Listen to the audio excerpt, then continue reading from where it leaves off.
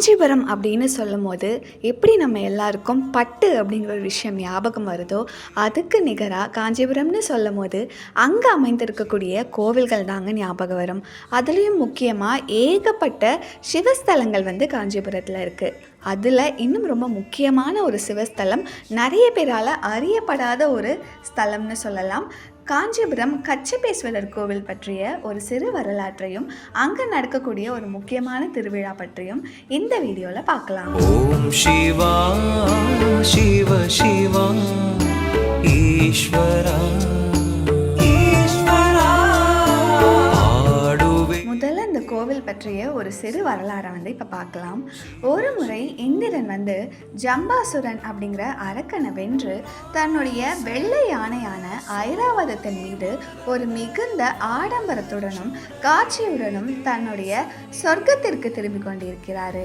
வழியில் துர்வாச முனிவரை சந்திச்ச அவரை வாழ்த்தி இந்திரனுக்கு லக்ஷ்மி பிரசாதம் வழங்குறாரு. ஆனால் துர்வாசனுடைய ஒரு மிகுந்த ஏமாற்றத்திற்கு இந்திரன் பிரசாதத்தை தன்னுடைய சொந்தத்துக்காக மட்டும் இல்லாமல் யானையின் கோவிலுக்கு அலங்கரித்து அவமதிக்கிறாரு. மாலையை தள்ளி தரையில் வீசி அதோடைய தும்பிக்கையில் தேனீக்கள் கொட்டியதால் யானை அவரை மிதித்ததை கண்ட துர்வாசர் கோபத்தில் மயங்கி விடுறாரு. துர்வாச முனிவர் லக்ஷ்மி தேவி அவரை விட்டு செல்வார் அப்படின்னும், இதனால் அவருடைய செல்வங்கள் எல்லாமே பால்கடலில் மூழ்கிவிடும் அப்படின்னும், இந்திரன் பணக்காரர் அல்லாமல் கந்தலாக மாறி அவருடைய கண்ணியத்திற்கு ஒரு கொடி அடியை ஏற்படுத்துகிறாரு. ஓம் சிவா சிவ சிவா ஈஸ்வரா ஈஸ்வரா பாடுவேன் திருவாசகம் சிவ சிவா தேவதேவன் மெய்ச்சேவகன் தென் பெருந்துரை நாயகன்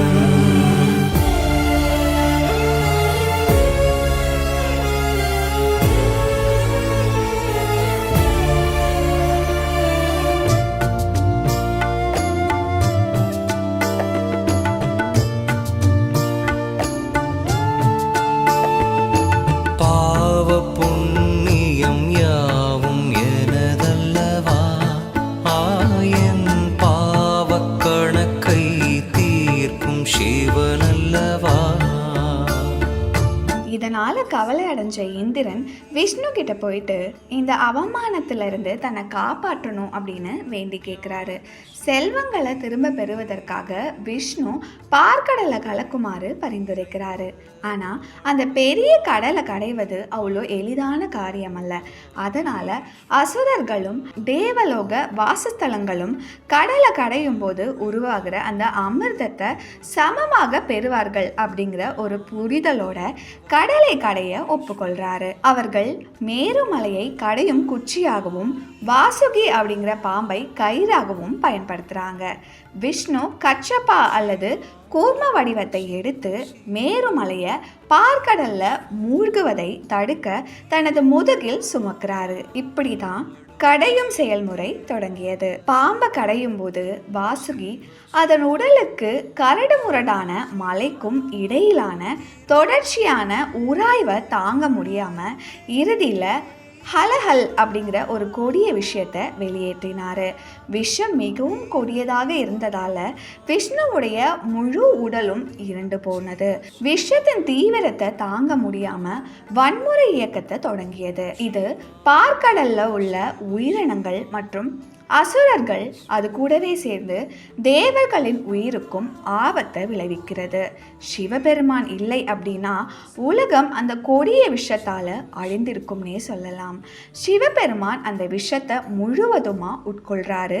பார்வதி தேவியால் அந்த விஷம் சிவனுடைய கழுத்தில் சிக்கிக்கொள்ளுது. அதனால் அது தனித்துவமான நீல நிறத்தை அளித்தது. அன்றிலிருந்து தான் சிவபெருமான் நீலகண்டன் அப்படின்னு அழைக்கப்படுறாரு.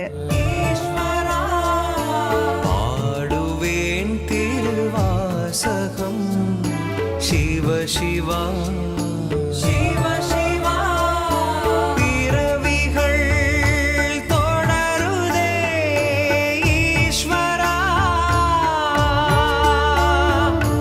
கச்சபேஸ்வரரை எப்படி வணங்கணும் அப்படின்னு பார்க்கலாம்.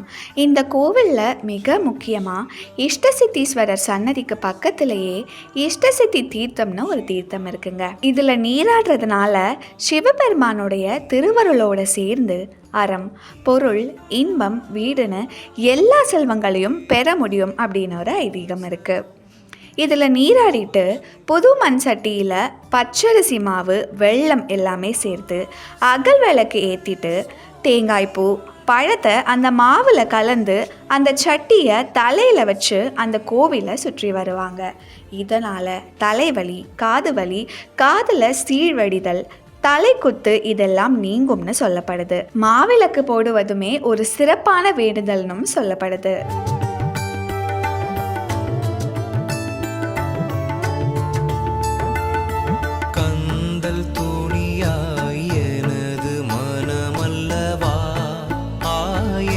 சிந்தை தெளிய அருளும் சிவனல்லவா, ஆசை கடலில் மூழ்கி போனேன் அபயம் தந்தாய் ஆதி சிவனே, அஷ்டமூர்த்தி அழகனின் அமுதாய ஆனந்த ஈஸ்வரா. கச்சபேஸ்வரர் கோவில் பற்றிய அந்த ஒரு கட்டிடக்கலை பற்றிய ஒரு சிறப்பான சில விஷயங்களை பார்க்கலாம். கச்சபேஸ்வரர் கோயிலில் கிழக்கு நோக்கிய தனித்துவமான கோபுரம் அப்படிங்கிறது இருக்குது. நுழைவாயிலை கடந்ததுமே இஷ்டசித்தி தீர்த்தம் அப்படின்னு ஒரு புனித குளத்தை நம்மளால் பார்க்க முடியும். இதில் 4 நீராடும் பாதைகள் இருக்குது. ஒவ்வொன்றுமே பக்தர்களுக்கு அங்கே நீராடுவதற்காக ஒரு தனித்துவமான சக்தியை கொண்டதாக நம்பப்படுது. உள்ளூர் நம்பிக்கைப்படி குறிப்பாக ஞாயிற்றுக்கிழமைகளில் இந்த புனித குளத்தில் நீராடுறதுனால பக்தர்களுடைய நீண்ட ஆயுளையும் நல்ல ஆரோக்கியத்தையும் உறுதி செய்கிறது. அர்த்த மண்டபம் தெற்கு நோக்கியும் கருவறை கிழக்கு நோக்கியும் இருக்கு. மகா மண்டப நுழைவாயிலுக்கு பிறகு கூரையில் ஒரு மகரம் அப்படிங்கிறது இருக்கு. மண்டபத்துடைய வெளிப்புற சுவர் கல்வெட்டுகளால் அலங்கரிக்கப்பட்டிருக்கு. விநாயகர், தட்சிணாமூர்த்தி, சோழீஸ்வரர், காளஹஸ்தீஸ்வரர், சிதம்பரேஸ்வரர், சுப்பிரமணியர், சரஸ்வதி ஆகிய 8 கரங்களோட விஷ்ணு, ஞான கணபதி, காலத்தீஸ்வரர், மகேஸ்வரி, மார்கசகாயீஸ்வரர், நாகலிங்கம், விஷ்ணு, நாகராஜர், சண்டீஸ்வரர், சண்டி விஸ்வநாதர், காசி விஸ்வநாதர் ஆகிய சன்னதிகள் இந்த கோயிலில் அமைந்திருக்கு. முக்கியமாக உள் மண்டபத்துடைய கல் தூண்களில் பௌத்த உருவங்களுடைய வரிசைகள் இருக்கு. இந்த உருவங்களுடைய உத்வேகம் ஒரு பௌத்த மடலாயத்திலிருந்து எடுக்கப்பட்டதாகவும் யூகிக்கப்படுது. கோவிலுடைய வெளிப்புற சுற்றுப்பாதையில் சிவபெருமானுடைய மகனான ஸ்ரீ கணபதியுடைய சன்னதி இருக்கு. கணபதியின் சன்னதியின் அர்த்த மண்டபத்தில் கூரையில கோயிலுடைய புராணத்தை சித்தரிக்கும் சிற்பமும் இருக்கு. ஞானம் தருவாய் ஈஸ்வரா, ஓம் சிவா சிவ சிவா ஈஸ்வரா, ஈஸ்வரா பாடுவேன் திருவாசகம் சிவ சிவா. மேலும் இந்த கோவிலில் கொண்டாடப்படக்கூடிய ஒரு மிக முக்கியமான விழாவில் ஒன்று தான் பிரம்மோற்சவம்.